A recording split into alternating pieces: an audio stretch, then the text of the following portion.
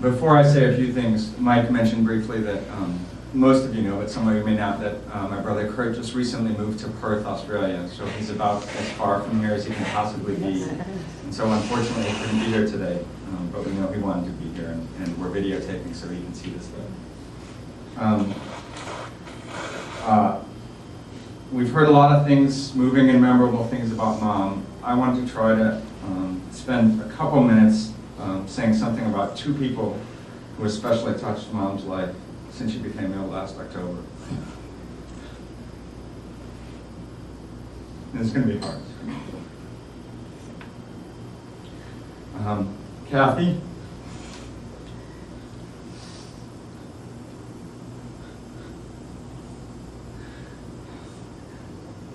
Kathy, our family owes you our eternal gratitude.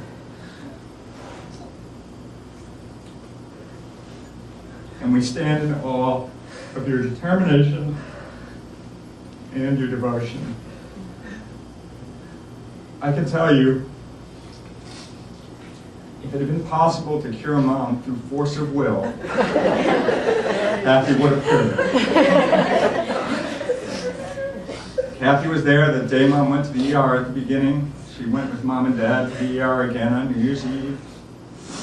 She was there for every room change, every doctor change, every nursing home move, every specialist consultation.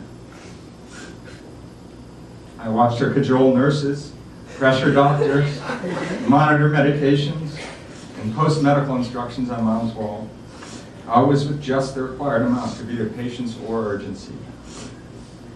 I also watched her hold Mom's hand, stroke her forehead, explain to her what was happening to her, and sing her to sleep at night.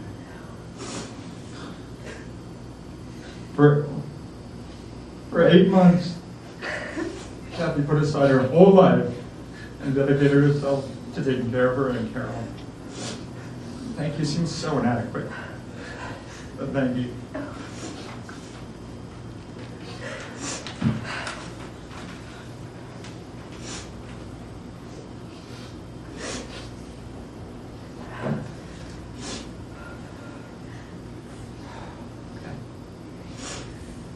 About a month before Mom passed away, Julie and I went to a concert with our friend Stephen Paul over there, put on by the band U2, at Oakland Coliseum.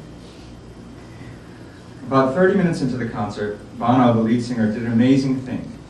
In between songs, he looked up at the giant video screen over the stadium and said, "I wonder what someone looking down on all of us from 200 miles would think. I wonder what they would say to us." And then suddenly, up on screen, there was a flickering live image of Commander Mark Kelly on board the International Space Station, live at the concert. And you might remember that in addition to being an astronaut, Mark Kelly is the husband of Gabrielle Giffords, the one Uncle Tony mentioned, who was so tragically shot last January.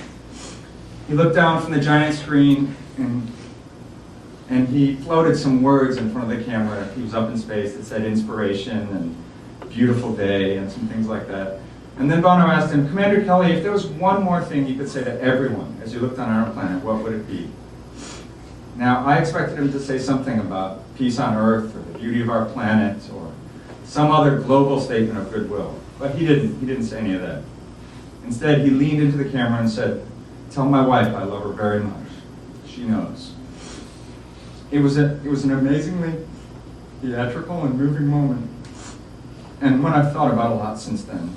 About how even to someone on the greatest adventure imaginable to a man, 200 miles up in space, looking down on the whole planet, all that really mattered was that his wife was sick and he wanted to be by her side. He wanted her to get well, and he wanted her to know that he loved her.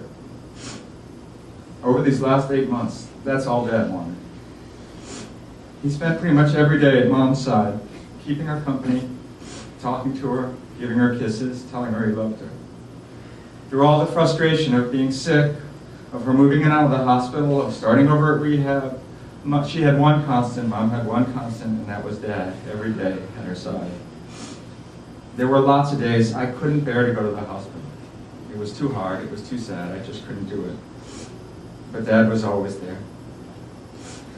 I know that in the future, when I want to remind myself of what a marriage vow means, of what devotion means, I will only have to think of Dad over these last 8 months. And she knew, Dad, she knew. And I know that meant the world to her. So, Dad, do you want to come up?